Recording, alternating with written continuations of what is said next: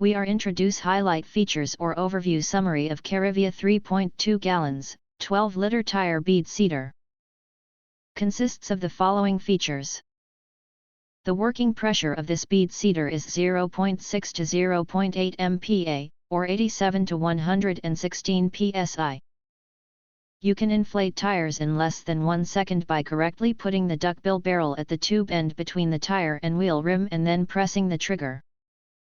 The long duckbill barrel helps alignment between the wheel hub and tire, preventing leaks and inefficiencies. Note: please wear eye and ear protection before seating the tire. The air bead blaster has an ergonomic gun design, making it easy to handle and providing a well-balanced center of gravity. And designed with a trigger switch and non-slip grip, this tire inflator tool offers better control than traditional twist-style switches. The tire bead seater is compact, you can always put it in your car, won't take up too much space. This bead blaster is made of steel with well-painted surface. The bead inflator's seamless molding and explosion-proof high-pressure resistance ensure durability, while the protective spray coating prevents rust and corrosion.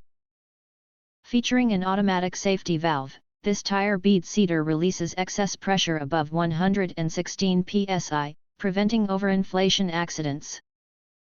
The shock-proof gauge with damping liquid minimizes pressure deviations, providing accurate tank pressure monitoring.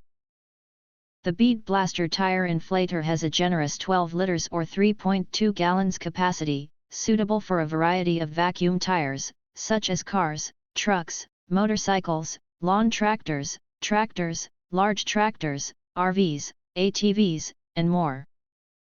Operating pressure ranges from 87 to 116 psi, or 6 to 8 bar. You can easily adjust the pressure according to the tire size to ensure optimal pressure for different vehicles.